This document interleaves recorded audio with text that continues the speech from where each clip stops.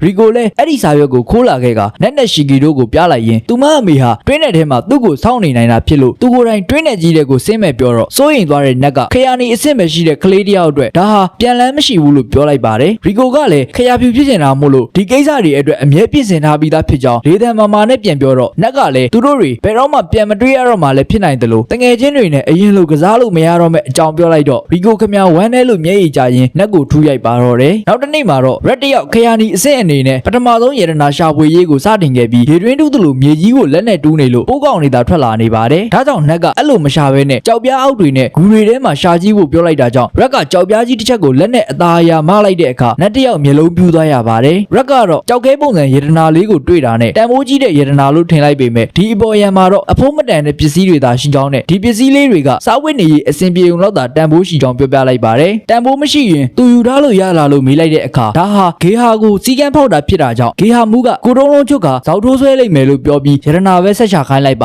တယ်အဲ့ဒီနောက်ဂူထဲမှာယေရနာတွေနှိုက်နေရင်အယိုးစုတစ်ခုကိုတွေးလိုက်ရတာကြောင့်စိတ်အုပ်လေးရက်ကလန့်သွားခဲ့ပြီးနက်ကိုပြေးဖက်တော့ဒါတွေဟာလွန်ခဲ့တဲ့နှစ်ပေါင်း2000လောက်ကအသက်ရှင်ခဲ့တဲ့လူတွေဖြစ်ပြီးတခုခုကိုစူတောင်းနေတဲ့ဒီလိုအနေထားနဲ့အယိုးစုတွေကိုမကြာခဏတွေ့ရတဲ့ကြောင့်ရှင်းပြလိုက်ပါတယ်တားရဲလိမ့်ဆန်တွေကိုမကြောက်ပေမဲ့တရဲတော့ကြောက်တတ်တယ်လို့နက်ကထင်သွားတာကြောင့်အရန်ပြော့တဲ့ကလေးတွေကမွေးနေ့မှာမှန်ကြည့်ရင်လေပင်လိမ်ပြီးသေတတ်တယ်လို့ခြောက်လိုက်တဲ့အခါလန့်သွားတဲ့စိတ်အုပ်လေးကိုကြည့်ပြီးထရဲပါတော့တယ်ယေရနာတွေရဲ့တဘာဝတွေတွင်းနဲ့ကြီးရဲ့ကျိန်စာဖြစ်ပေါ်လာပုံတွေအပြင်သူ့ရဲ့ဖြစ်တည်မှုနဲ့သူဒီကိုလာခဲ့တဲ့အကြောင်းတွေအပါအဝင်သူသိကျင်တာတွေအားလုံးရဲ့အဖြစ်ဟာဒီတွင်းနဲ့ကြီးရဲ့အောက်မှာတေချာပေါက်ရှိရမယ်လို့ပြောလိုက်တော့နက်ကလည်းရီကိုအပါအဝင်ရက်ဟာခယာနီအစ်စ်ပဲရှိသေးတာမို့လို့တွင်းထဲကိုဆင်းဖို့တော့လုံးဝသဘောမတူနိုင်ဘူးလို့ပြန်ပြောလိုက်ပါတယ်ယေရနာရှာပြီးလို့တွင်းနဲ့တဲကပြန်တက်တဲ့အခါပထမအလွာရဲ့ကျိန်စာဖြစ်တဲ့မူးဝေအော်အန်တဲ့ဒဏ်ကိုခံစားနေရတဲ့နက်ကိုကြည့်ရင်သူကိုယ်တိုင်ကဘာကြောင့်ဒါကိုမခံစားရတာလဲဆိုတာရဲ့သူဟာတကယ်ပဲတွင်းနဲ့ကြီးတဲ့ကလူသားပုံစံပစ္စည်းတက်တစ်ခုပဲလားဆိုပြီးရက်တယောက်သူ့ကိုယ်သူမေးခွန်းတွေထုတ်နေခဲ့ပါတယ်ညဘက်ရောက်တဲ့အခါမှာတော့ရီကိုတယောက်မနဲ့မိုးမလင်းခင်တွင်းနဲ့ကြီးတဲ့ကိုဆင်းတော့မှာမို့လို့အထုပ်အပိုးတွေပါပြင်ဆင်ပြီးသွားပြီလို့တငယ်ချင်းတွေကိုပြောလိုက်တော့ရက်ကလည်းတွင်းရဲ့အောက်ခြေကိုသူလည်းအတူလိုက်မယ်လို့ပြောလိုက်ပါတယ်ဘာကြောင့်လိုက်ချင်ရတာလဲလို့နက်ကမေးလိုက်တော့သူ့ကိုယ်သူဘယ်သူလဲဆိုတာကိုသိကျင်တာကြောင့်ဖြစ်တယ်လို့ပြောလိုက်တဲ့အခါတယောက်တည်းမဟုတ်တော့ပဲအားကိုးရတဲ့စိတ်အုပ်ကောင်လေးကိုပါအဖော်ရပြီဖြစ်လို့ရီကိုခမ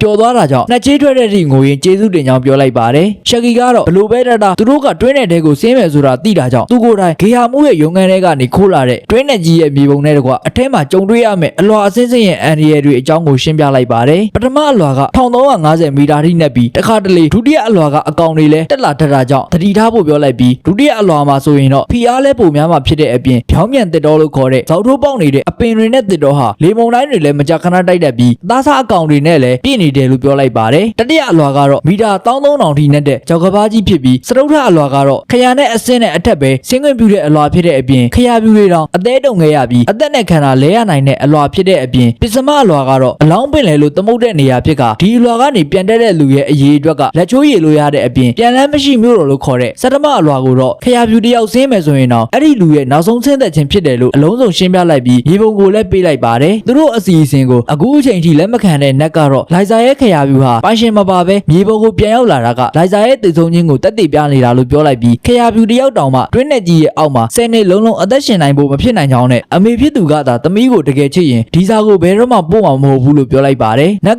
ရီကိုရဲ့အသက်အန္တရာယ်ကိုစိုးရိမ်လို့ပြောပေမဲ့ဒီစကားတွေဟာရီကိုရဲ့စိတ်ကိုအကြီးအကျယ်နာကျင်စေခဲ့တာကြောင့်ရီကိုလည်းအခန်းထဲကနေထွက်ပြေးခဲ့ပါတယ်အဲ့ဒီနေ့မနက်မှာတော့ဂေဟာကခိုးထားတဲ့ပစ္စည်းတွေနဲ့အထုပ်အပိုးပြင်ဆင်နေတော့စိုးရိမ်လို့ခေါင်းမာမိတဲ့နက်နဲ့သူ့ရဲ့ခင်မင်မှုကိုဒီမှာပဲအဆုံးသတ်ချင်တာလားလို့ရှက်ကီကမေးလိုက်တော့နက်ရဲ့စေတနာကိုနားလည်တဲ့ရီကိုလည်းတွင်းနဲ့တဲကိုတစ်ခါဆင်းပြီးရင်နောက်တစ်ခါပြန်တွေ့ရမယ်ဆိုတဲ့အာမခံချက်မရှိတာကြောင့်စိတ်မကောင်းဖြစ်ရပြန်ပါတယ်ရက်ကတော့နေမကောင်းဖြစ်နေတဲ့အငယ်ဆုံးလေးကီယူစီကိုတိတ်တိတ်ဆိတ်သွားခဲ့ပြီးကျမ်းမာရေးဂယူဆိုင်ဖို့နဲ့နက်ပြောပြတဲ့တရေဆက်လန်းကိုတတိယသွားတာကြောင့်မကြခင်မွေးနေ့ရောက်တဲ့အခါမွေးနေ့မှာမှန်မကြီးဖို့မာခဲ့ပြီးထွက်လာခဲ့ပါတော့တယ်ခိုးကြောင်ခိုးဝက်တွင်းနဲ့တဲကိုဆင်းရမှာဖြစ်လို့အဆောင်အကျက်အရန်များတဲ့တာမန်3နေကြလမ်းကိုမရွေးပဲဘသူမှသိမသိတဲ့လှုပ်ဝက်လမ်းကိုလမ်းပြတယောက်ကလိုက်ပြလိုက်မယ်လို့ရှက်ကီကပြောလိုက်ပါတယ်လမ်းပြအနေနဲ့တေချာရုပ်ဖြတ်ထားတဲ့နက်တယောက်ယုံကြည်မှုရှိရှိထွက်လာပေမဲ့သူ့အကြောင်းကိုခေါင်းစားအခြေဆုံးသိတဲ့အချက်ဆုံးတငယ်ချင်းရီကိုရဲ့ရှေ့မှာတော့ချက်ချင်းပဲအလိန်ပေါ်သွားပါတယ်နက်ဟာသူစိုးရင်လို့ပြောမိတဲ့သူ့ရဲ့စကားတွေအတွက်တောင်းပန်တဲ့အခါရီကိုကလည်းချက်ချင်းပဲခွင့်လွတ်တယ်လို့ပြောခဲ့ပြီးတွင်းနဲ့ကြီးတဲ့ကိုသွားမဲ့လှုပ်ဝက်လမ်းကြောင်းကိုလိုက်ပို့ရင်မျက်ရည်လဲရွဲနဲ့နှစ်ယောက်သားနှုတ်ဆက်ခဲ့ကြပါတယ်ဘရက်နဲ့ရီကိုတို့ရဲ့တွင်းနဲ့ကြီးတဲ့ကိုဆင်းမဲ့ခရီးရှည်ကြီးဟာဒီလိုဝမ်းထဲစရာနှုတ်ဆက်ပွဲအပြီးမှာတော့ချက်ချင်းပဲစတင်ခဲ့ပါတော့တယ်